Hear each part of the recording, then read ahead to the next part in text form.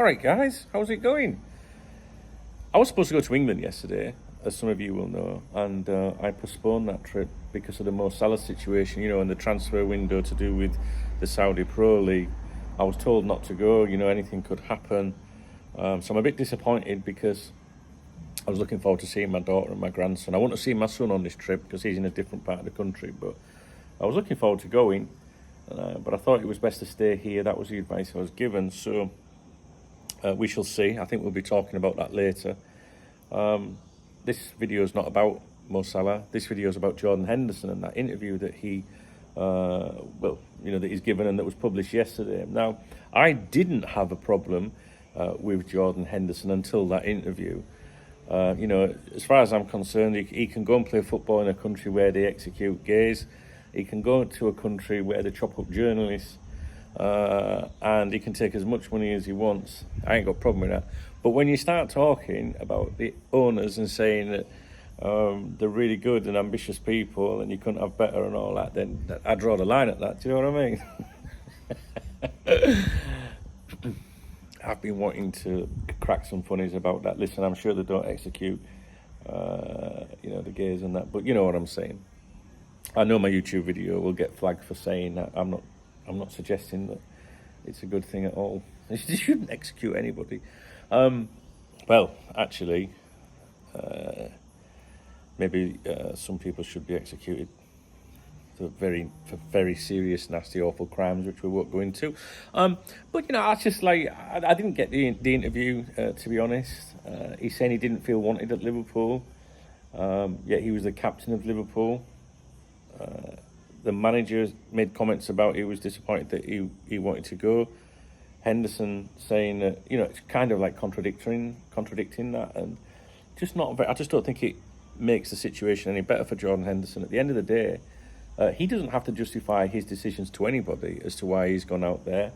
The LGB, QWERTY, whatever the fuck it is, those group of people, they're never going to be satisfied with anything he says. So he can say, well, I've come out here to spread the word and blah, blah, blah, and fight a good cause and everything. But they're never going to be satisfied with anything he says because in their eyes, he's let them down, right? So he's never going to be able to satisfy them. To come out and say that it's nothing to do with money is the most ridiculous, thing he could have said.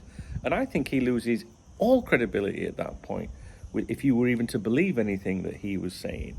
If it wasn't about money, he could have gone to multiple Premier League clubs and continued his career in the top flight game. Instead, he took the easy option and he took the money. But again, I ain't got a problem with that. Do what you want. Football fans, they treat players like pieces of meat. They expect them to think like we do about our club and things like that. And it's not like that. They're just ordinary human beings. He doesn't have to justify himself to any of us at all. But the interview was just strange. I just found it very strange. And like I say, I know I'm joking about, trying to say I can overlook this and I can overlook that. But once you big up the owners, that's it. We draw the line at that. I always think, why am I reading this? Why am I seeing this? What was the decision? Who made the decision to go with this interview? Who proposed it? And why? And I think it does create a little bit of a bad vibe about it, to be honest with you, because he's contradicting what the manager said, and I don't get it. I don't get it to the point of where you could say, well, it's kind of shit stirring, isn't it? And Jordan doesn't come across as that kind of person. I'm really confused as to who thought it was a good idea, because like I say, he doesn't have to justify himself to anyone. Those people are never going to forgive him or listen to anything he says for his reasons. So if I was Jordan Henderson, I would have just said, look, I'm good to believe in Liverpool. I was very proud to play for the club. I'm going to miss you all. I want the best for the club, and then leave it at that. Because you can't. It's impossible to keep everyone fucking happy. So I was disappointed with the interview. I've got to be honest with you. So, and that's all I've got to say about it. I'm sure you've got your opinions about it. I'm very confused. I'm very confused by it. It makes the owners look, in a good light, and it makes the manager look not so good. In some ways, not to us, we're all right with that, right? He's gone, fuck that, the manager's still with us. But I have this really suspicious feeling, and I might be wrong, okay, but it was what I thought yesterday. And I just feel like, there's someone in the background chipping away at Jurgen, like trying to like make his life a little bit different. I don't know. If you think about, you know, when Jurgen said there's been no bid for Mo Salah, and then it came out the same day after the pre-match press conference that there had been a bid and that he was in the dark about it, you know, it felt like somebody wanted Jurgen to know that, you know, like, you're not, you know, you don't know, sort of thing. I don't think I'm explaining myself very well. And the interview just seemed to chip at Jurgen a little bit. And maybe, I don't know if it's paranoia, you know, or anything like that. I have no reason to be like that. I'm not actually really that bothered about top flight football anymore. I'm more bothered about you guys and your support of the club. And I think that's a good thing, you know, because if you're really passionate and you blah blah blah, you can become deluded. You can become brainwashed. You can not see another angle. So if you're the person of a like not give a shit attitude, then you're totally like, I wouldn't say impartial, but you can be more level-headed. Do you know what I mean? Like some of you guys, you get offended if someone criticises the manager. You get offended if someone criticises your favourite player. I'm